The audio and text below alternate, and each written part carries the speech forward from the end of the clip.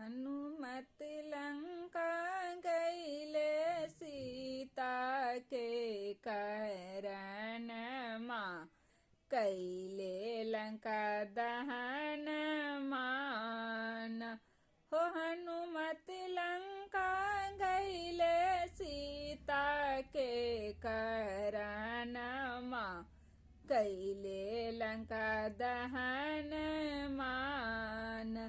रावण साधु भेष धइले बन सीता के चोरैले। रावण साधु भेष धइले बन सीता के चोरैले।